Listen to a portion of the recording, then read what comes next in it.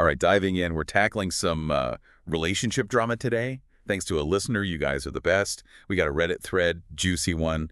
Husband feels totally unloved. It's his 50th birthday, no less.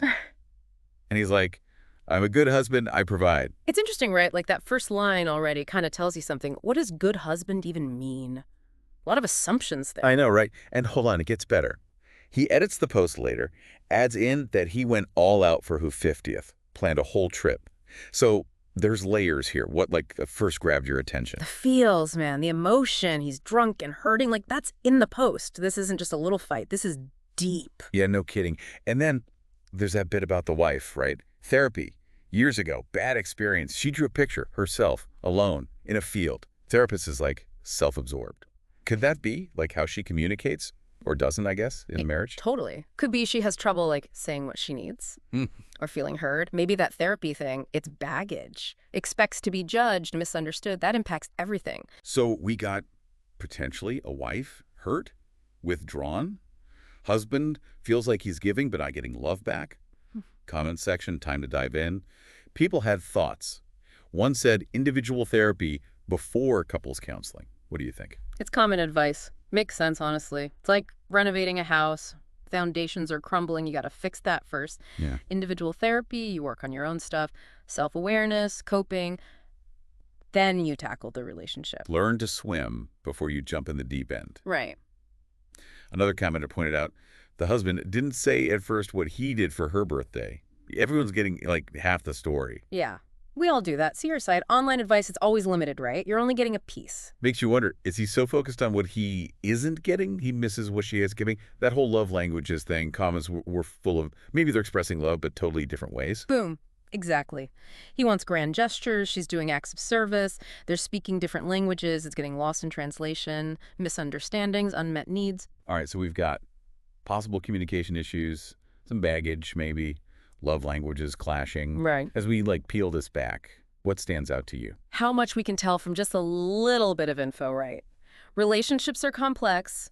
There's always more going on under the surface, way more than we see at first. Welcome back to the deep dive. We're like solving a relationship mystery here. Yeah. I gotta ask, like, psychology-wise, what's jumping out at you with all this? Any theories, frameworks, things like that? So that therapy thing the wife had, right? And maybe she's not great at communicating. Makes me think attachment theory, you know, how childhood stuff, it affects how we relate to people later on as adults. Okay, for those of us not psychology experts, attachment styles, what are they? How do they play into this marriage, you think? It's like the blueprint for how we do intimacy, connection. 4 main types, right? Secure, anxious, avoidant, and then there's fearful avoidant. Secure, they're good with close and being alone. Anxious, they need connection, but terrified of being left. Avoidant, it's all about being independent, emotions, nah.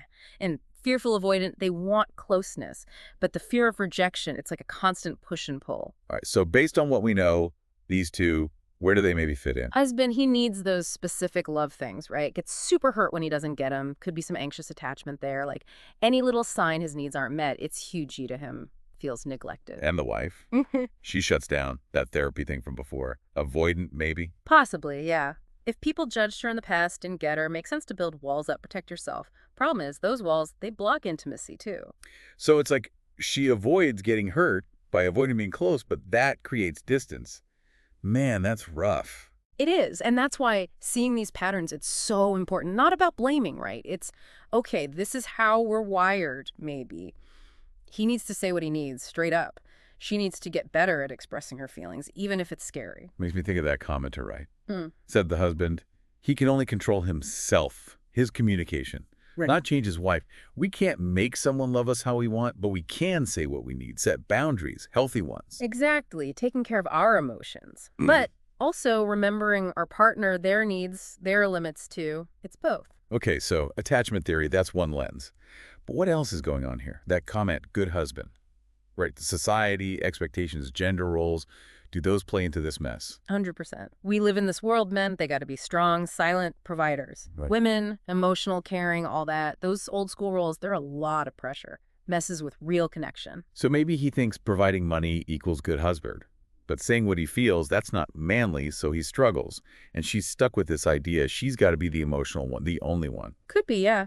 And then resentment builds on both sides. He's like, I give, give, give. Where's my stuff? She's overwhelmed and feels taken for granted. And remember, he did the big 50th for her. Yeah. Right? Then disappointed she didn't do the same. Is that like a double standard? He expects her to put his feelings first way more than he does for hers. Good point. Unspoken rules, gender stuff again, it can feel so unfair, breed resentment. Like they're both in this play, didn't even write the script. Maybe the challenge is rip up that script, build something new W. Balanced, real, where they both feel seen, heard, loved for WHO they are, not some role. That's it, yeah. Not about checking boxes, husband, wife, whatever. It's I'm a me, you're you. How do we make this work? Okay, so attachment, gender roles, communication, it's all in this relationship soup. Before we move on to like takeaways, advice for our listener, any other psych things we should think about? Yeah. All right, so we've talked about what attachment styles, love languages, all that. Society, expectations, therapy, wow, big stuff. For our listener who sent this in, and honestly, anyone listening who's like dealing with relationship stuff, what do we take away from this whole thing, this couple? What can we learn? I mean, communication, right? It's the foundation. Any healthy relationship, you got to have that. But not just talking more, it's talking Why? needs, feelings, clearly, respectfully, no blame game. And listening. Yeah. Actually hearing your partner, trying to get where they're coming from, even if it's totally different from how you see things. That safe space to be vulnerable, honest. Yeah, vulnerability, that goes back to the attachment stuff, right? Old hurts, afraid of getting rejected, it's hard to open up. That's where therapy for yourself, it can be huge. Deal with the baggage, heal, feel more secure. In yourself, I mean. Can't pour from an empty cup. Right. Got to fill our own cup first, take care of our emotions, then we can really be there for our partner. Even if you're both, like, secure, good at communicating, there's still the love languages, right? Got to figure out, how does your partner show love? How do they want to receive it? And try to speak that language. It's not being someone you're not. It's making an effort. Words, time, doing things for them, little stuff every day to make them feel appreciated, loved, all that. And relationships, they don't just stay the same. They change. We change. What worked 5 years ago, maybe it doesn't now. Got to be willing to adjust, have the tough talks, keep learning. Together. We talked about society, right? Gender roles. I think that's so big for a lot of couples. We're just playing these parts, didn't even choose them. Not building a relationship that actually fits us, Yeah. our values, what we need. Got to question those old beliefs. Is this helping or hurting? Does it even make sense for me, for US now? Maybe there's some hard conversations. Got to rebalance things, make it more equal. And sometimes that means getting help, right?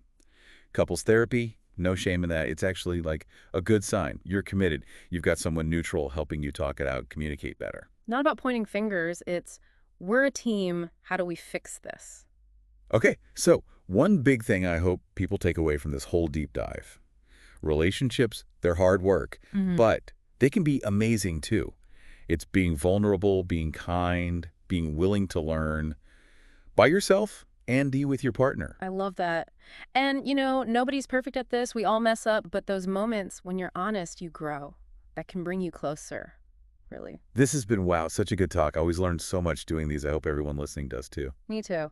It's really cool to get into this stuff. Human relationships, they're fascinating. And if what we talk about helps even one person, that's awesome. And hey, speaking of helping, if you like this episode, tell people about it. Friends, family, whoever. And for more stuff like this, more deep dives, you know the drill. Subscribe to Voices of the Soul wherever you get your podcasts. And my YouTube channel, Shauna Balaj. Lots of good stuff over there too. Until next time, keep exploring those inner voices and keep the conversation going.